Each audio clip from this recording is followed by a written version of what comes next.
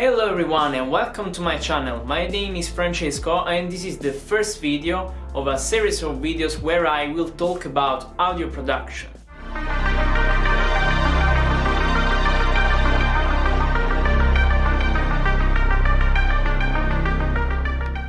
Have you ever wondered about switching to Linux as your main OS and producing music on Linux? Well, I've asked this thing myself years ago, and now I can show you why it's not only possible, but you should switch to Linux to produce audio nowadays. The idea for this video came after the Mini Debian Conference 2020, where I talked about free tools and open source tools that we can use for audio production in Linux.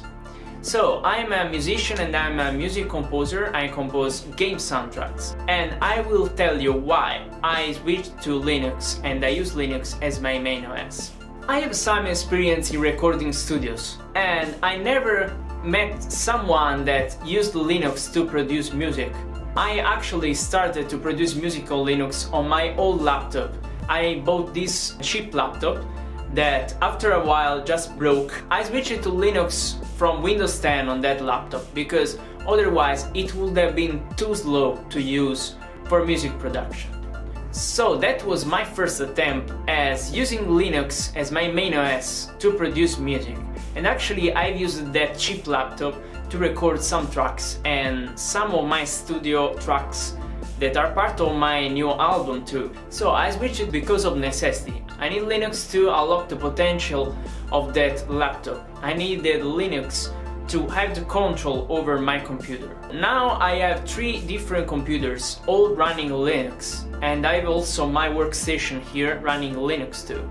Depending on which distro you wanted to use, Linux can use a little bit of RAM compared to Windows, because Windows can just take 1 or 2 gigs of RAM out of nowhere, just starting the system.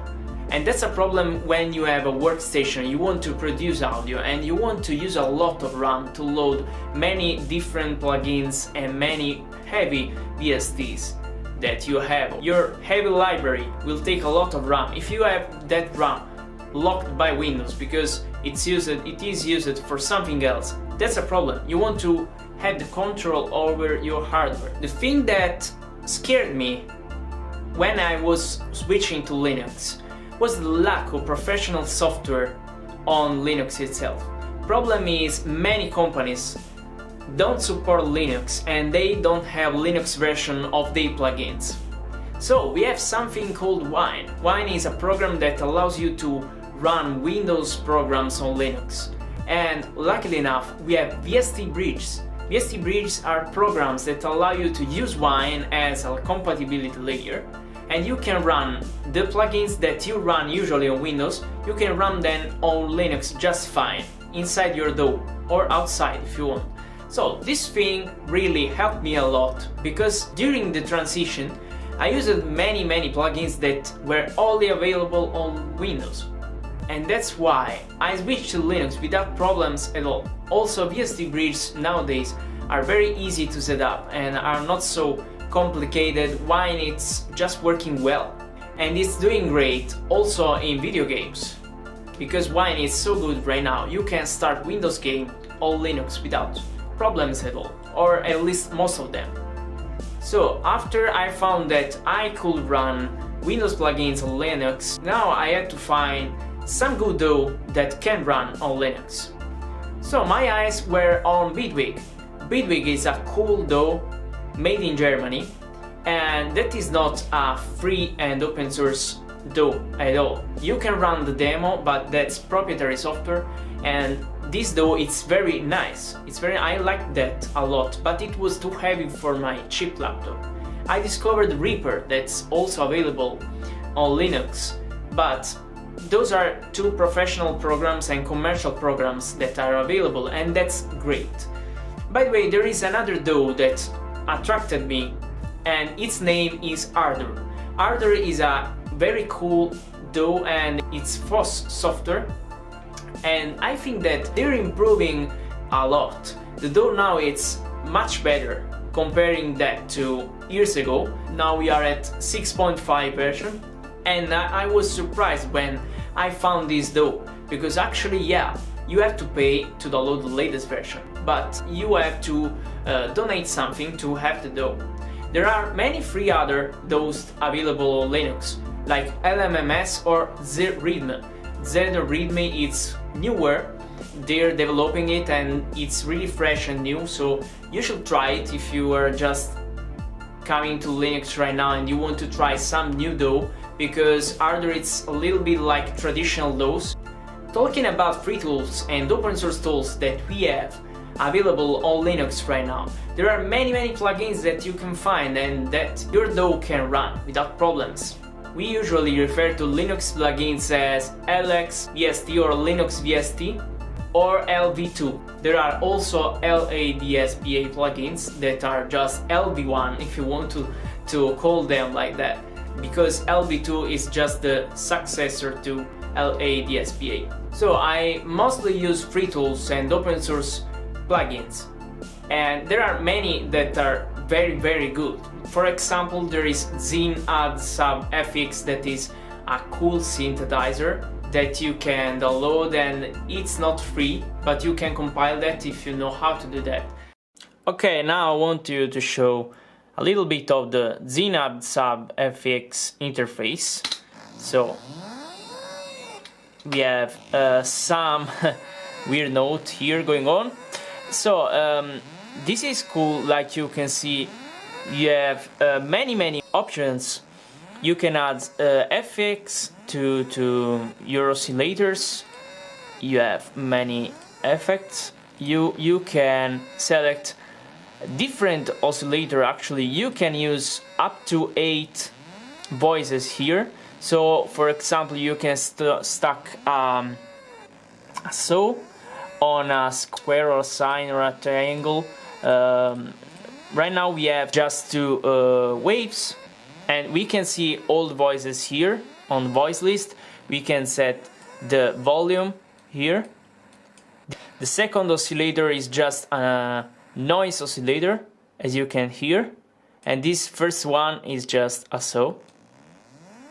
We can modify the single voices. For example, this is the first one, okay? This is the volume. We can change cutoff. We can change all the parameters. We have LFO here. You have everything you need to create your scene, to shape your scene like you want. At first glance, you can be scared by this, because it's not so straightforward like Helm, for example. That's very simple to use, but once you start using that, it becomes really easy to understand where are all the things, all the parameters that you need to shape your synthesizer. Cool things that is capable of doing anything really, so that's really cool. I recommend it.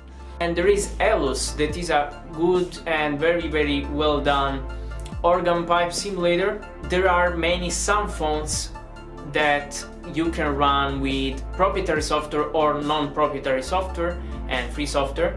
You can run SFZ format, and you basically have many samples of a huge variety of instruments. For example, I can suggest you VSCO Orchestra that has many good samples that you can use in your tracks. We have also Calf plugins. I use Calf plugins a lot. There are many plugins that you can use. It's like a suite of plugins. There are EQs, compressors. There is everything you need to do audio mastering, mixing. There is everything, and it's just gorgeous. There are also many other plugins that you can find in this GitHub repository here. Here you can find many Linux programs and Linux plugins. Also you can find those. This is a cool GitHub repository. If you need something, there is everything you need here. Link in the description below.